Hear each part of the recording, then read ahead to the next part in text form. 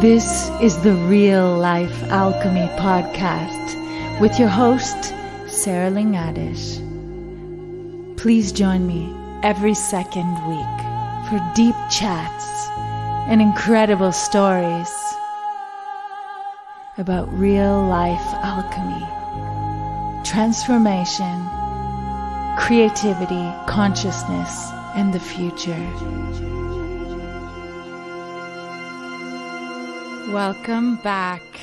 It has been a moment, and this week I would like to dive into the secrets of meditation. I truly believe meditation is a life game changer. It can truly upgrade your experience in learning to be yourself, in learning how to accept yourself, and in learning how to navigate our complex emotional worlds. It has never been easier to learn how to meditate. But what is meditation? There are so many types out there. There are so many schools, so many methods. Really, you need to find the methods, the schools, and the techniques that works for you and your mind.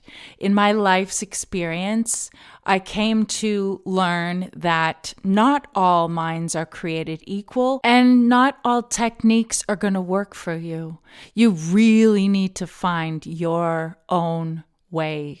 What a lot of people think it is to just sit and not think at all, to just be in complete nothingness, in silence, without thinking.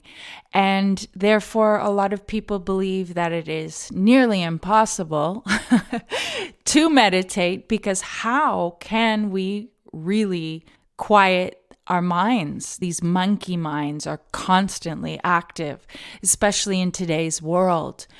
So everywhere we look, we find schools of meditation, styles of meditation these days. So how can we figure out what works for us? I think the best way is through experimentation and trying various methods.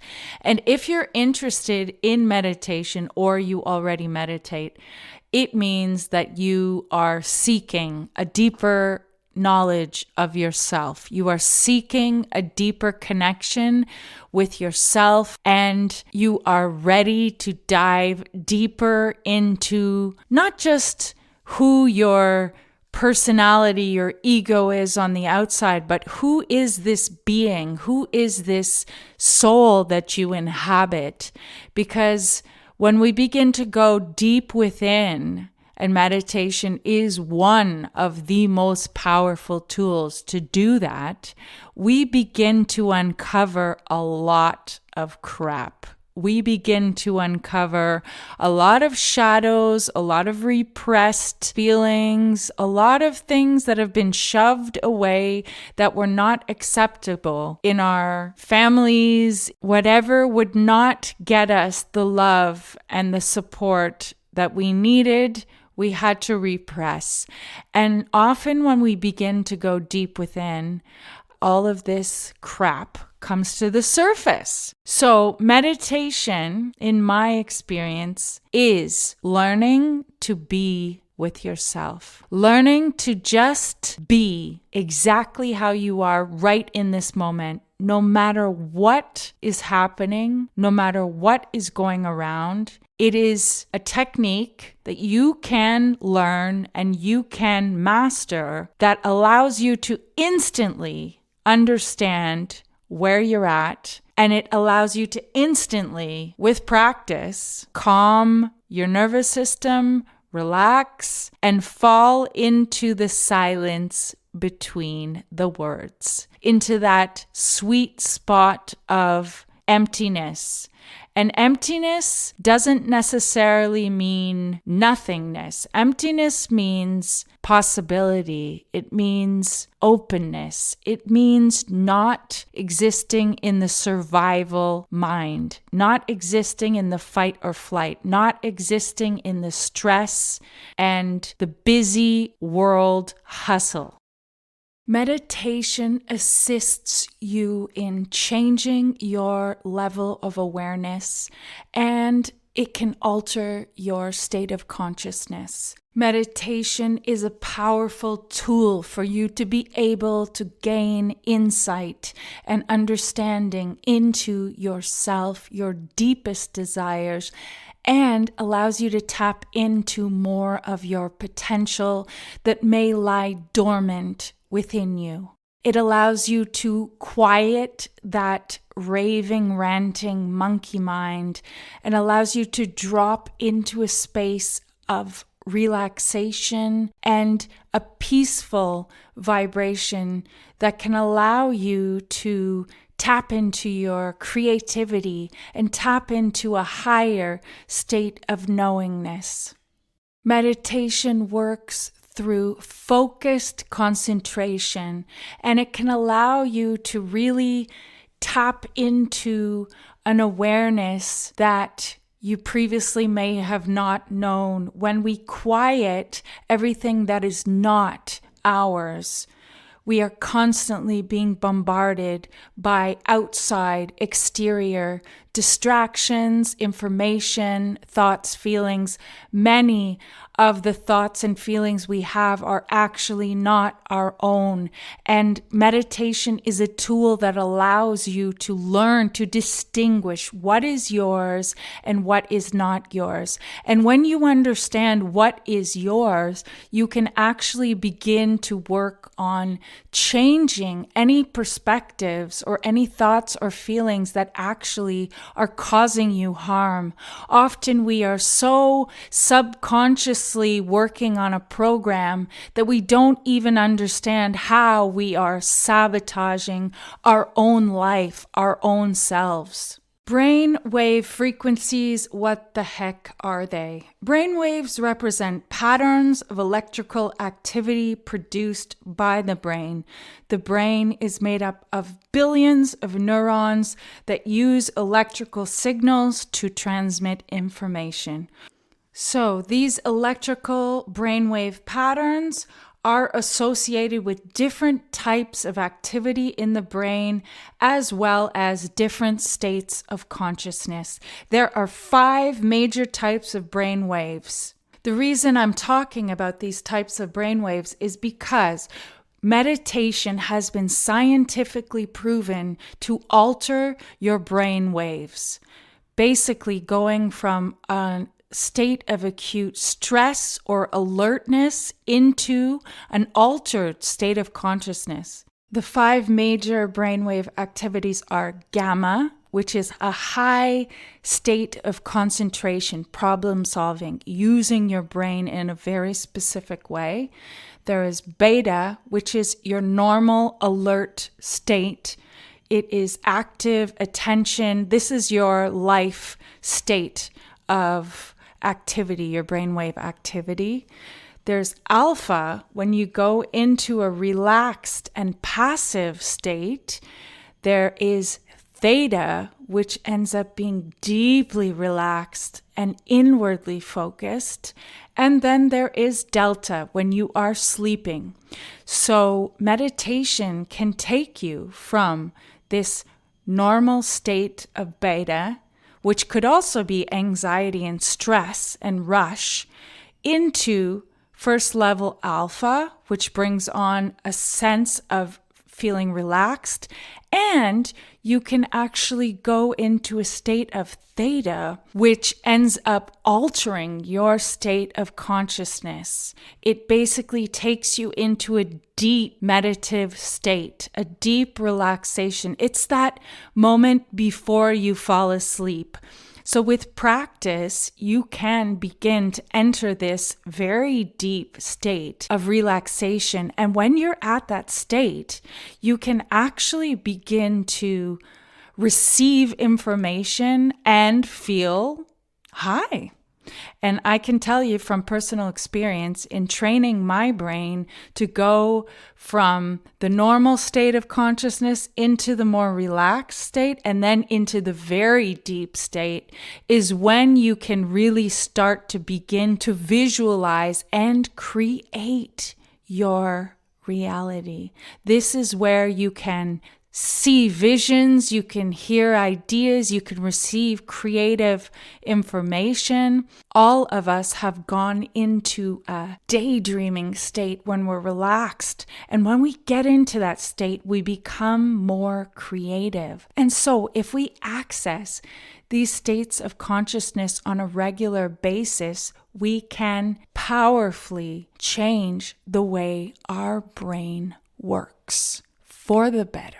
What we can begin to do is actually use our mind as an ally, as a tool, as a friend, instead of being dominated, controlled, and enslaved by non-stop crap. And all of us know that ridiculous looping cycle that keeps us trapped in something that doesn't feel good and actually is meaningless. As we move into this new world, we will be called to step up.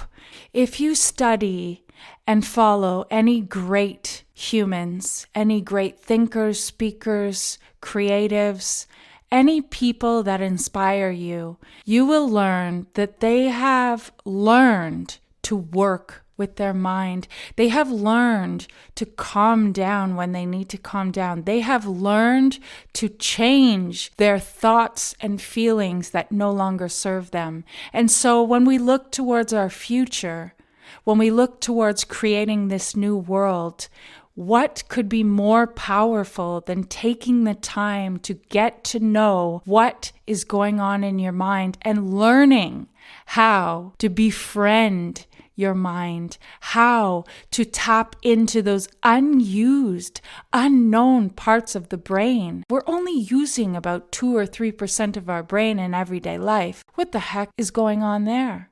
And why are we not making it a priority to get in touch with this incredible machine within? As we move into the future, more and more people will understand that we cannot think our way out of problems.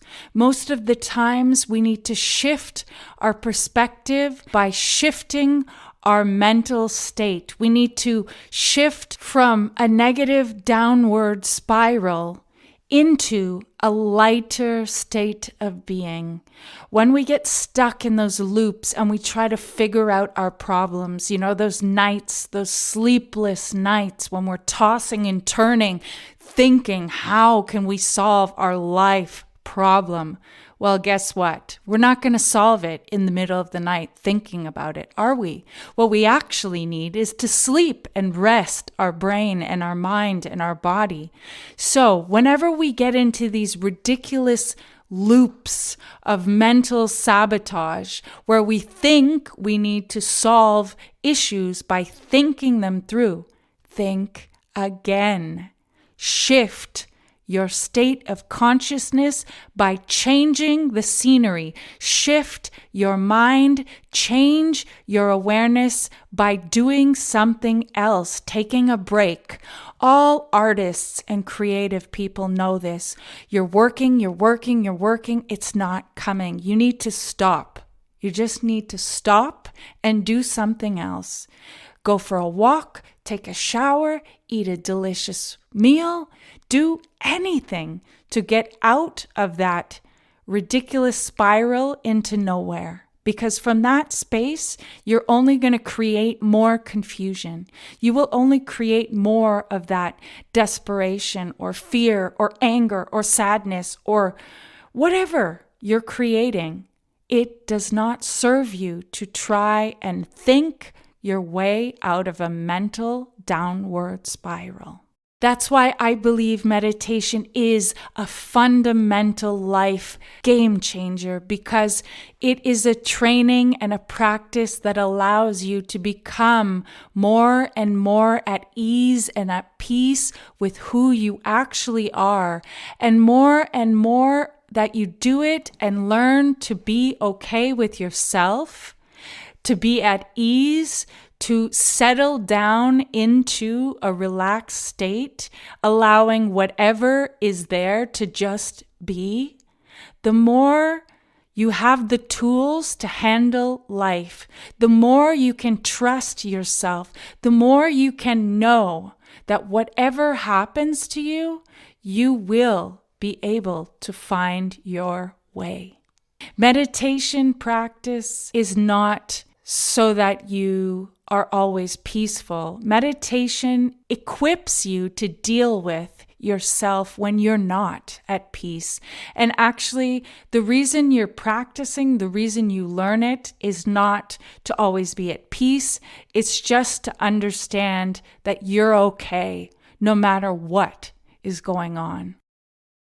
Meditation has changed my life, and I really believe that if you can dedicate yourself to a practice, to learning, it can enhance everything in your life. And I mean everything, because it allows you that time and space to drop into yourself, your possibility, and your totality, the presence of who you are. Now I'm going to share with you some of my meditation stories because, wow, what a journey it has been for me. My very first experience of a meditative state was probably as a child, because I would spend a lot of time in nature and I would just be. I would just observe and listen and feel and lie in the grass and look up at the clouds and watch the lake and watch nature happen. So that was a huge part of me already, because I grew up with a cottage outside of the city. We were very isolated, and we would go up most weekends and for the months of summer. And when we were up there, there was just us and nature, the lake, the forest, the sky. So there would be a lot of time just watching, listening, being in nature. And I really attribute that to my understanding of meditative states. The next memory I have of meditative states was in my high school drama class, and the teacher, Miss Sweeney, would always, at the end of class, take us on a guided visualization. And I remember at the time, it was my favorite part of the class. We would lie down on the floor, and basically she would do a guided meditation with us. And I didn't know what that was at the time, but I knew that when it was time to go into that creative visualization, meditative state, I would feel so happy, so relieved to relax, truly. And it's like everything stopped and I just allowed myself to be there. Fast forward to my early 20s when I found out about the history of Tibet. And I became fascinated with Tibetan Buddhism, and I started to study it rather obsessively. And I got it in my mind that I wanted to learn how to meditate in the Tibetan Buddhist tradition, which, if you're familiar with, is quite challenging for someone from a Western upbringing, because you are literally sitting and only focusing on your breath and emptying your mind. And every time thoughts would come into your mind, you would just observe them and then let them go. This is quite an advanced method, actually, because for someone that has never been aware of how many thoughts go on in the mind, oh my goodness, it is overwhelming when you stop and listen to your mind ranting and rambling on for the first time. If you've never done that before, it is so overwhelming. Truly, it can be highly disturbing. And actually, that's what I discovered, because at the time I was beginning to really suffer from severe anxiety, and I knew there was something wrong with my mind. I knew there was something I had to deal with, but I didn't know how to stop my fearful thoughts. And my thoughts were dark, and they were very full of fear, and I was unable to see reality for what it was, because I was skewing my lens with this dark, fearful view. So I found out where the Tibetan Buddhist center was, and I went to the center on the next meditation evening. I arrive and there's a couple monks and they greet us and they're so kind and they bring us into the room, and it's this beautiful room and everyone sits down on a pillow and we just sit there in silence.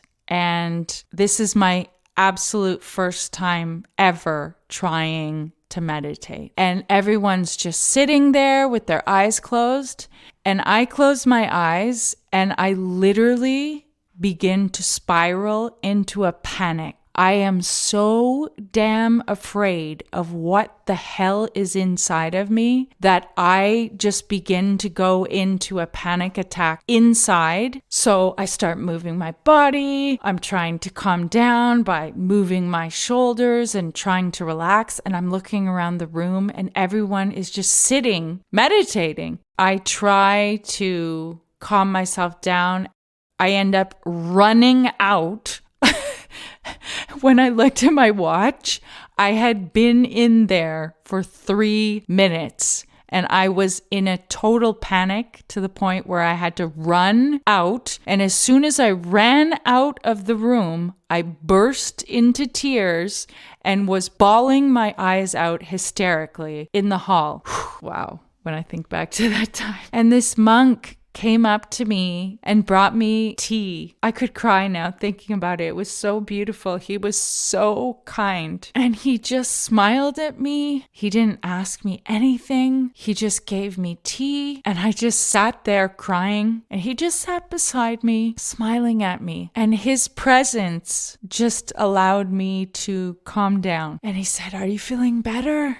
And I said, "Yeah." And he's like, "Okay, take good care of yourself." And I said, "Okay, thank you." And I never went back. Obviously, I was unable at that time to sit in silence with my ranting and raving hysterical mind. After that disastrous attempt at trying to meditate, I began to try to meditate alone at home. And every single time I would get minutes in before I would just either become so frustrated or so angry or so sad that I just would stop. I couldn't do it. I was so upset with myself because deep down within me, I knew that meditation was for me and that I needed to learn how to do it, that it could really help me. But the method at the time was not the one that could serve me. So I began to do cognitive behavioral therapy, which is a type of therapy where they lead you to reprogram your mental responses. So let's say you think I'm fat. They reprogram you to say, I am healthy. So every time you have that trigger, they try to reprogram your subconscious. Part of the therapy was created by Jon Kabat-Zinn. He wrote an incredible book called Full Catastrophe Living, which was a really important book for me at the time because it was the introduction to mindfulness. He introduced mindfulness meditation into cognitive behavioral therapy treatment.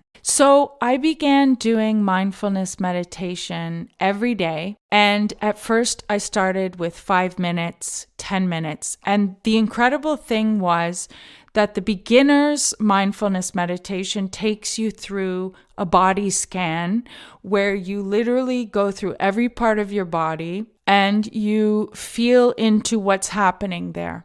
And this was very successful for me because I could not calm my own mind down. So I needed to focus my mind on something in order to calm down.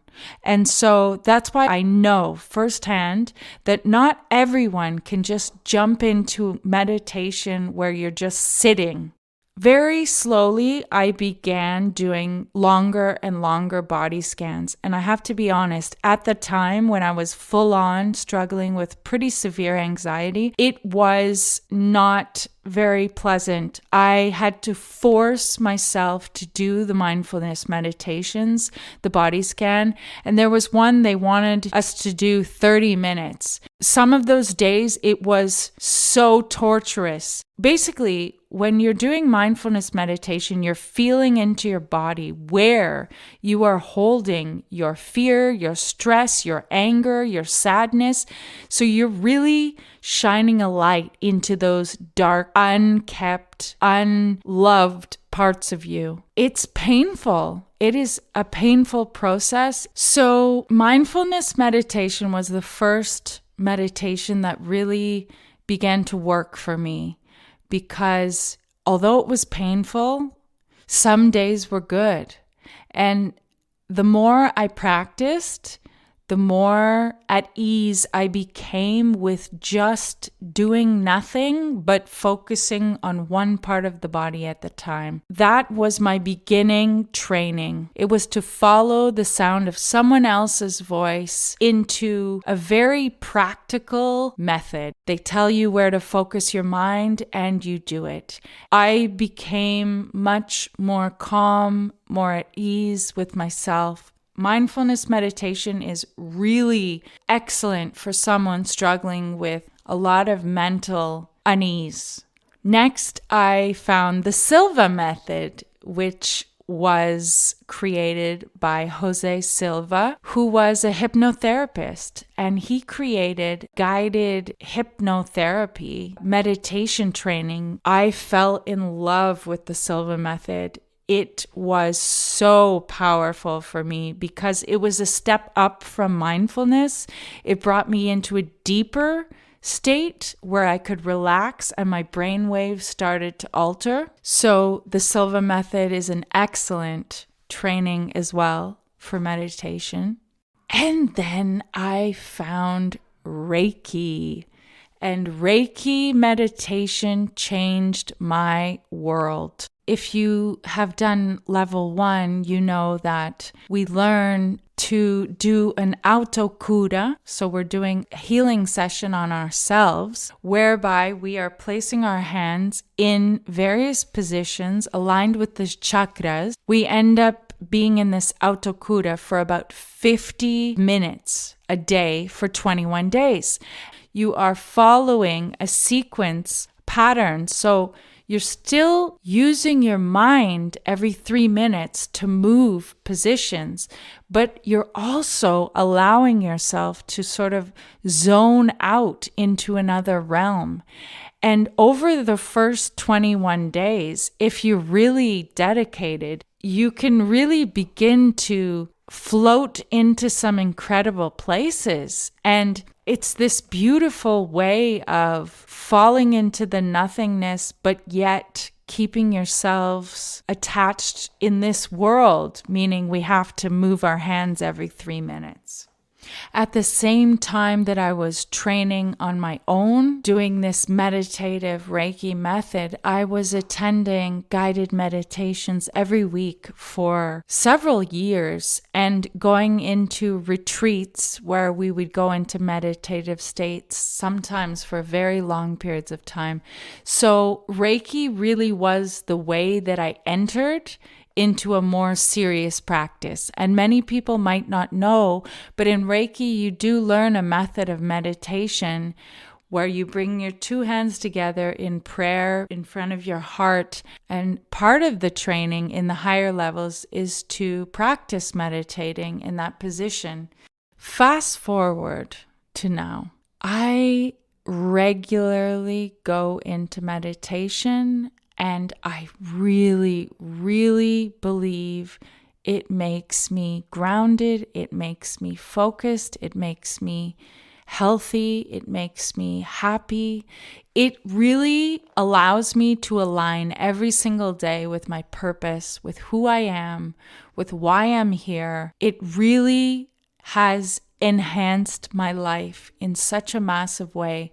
And sometimes I don't meditate, of course, but more days than not, I am going into meditation. Another really incredible way to go into meditation is to do a breathwork practice before you go into meditation. Like a simple 5-minute breathwork practice can just allow you to sink deeper into that meditative state.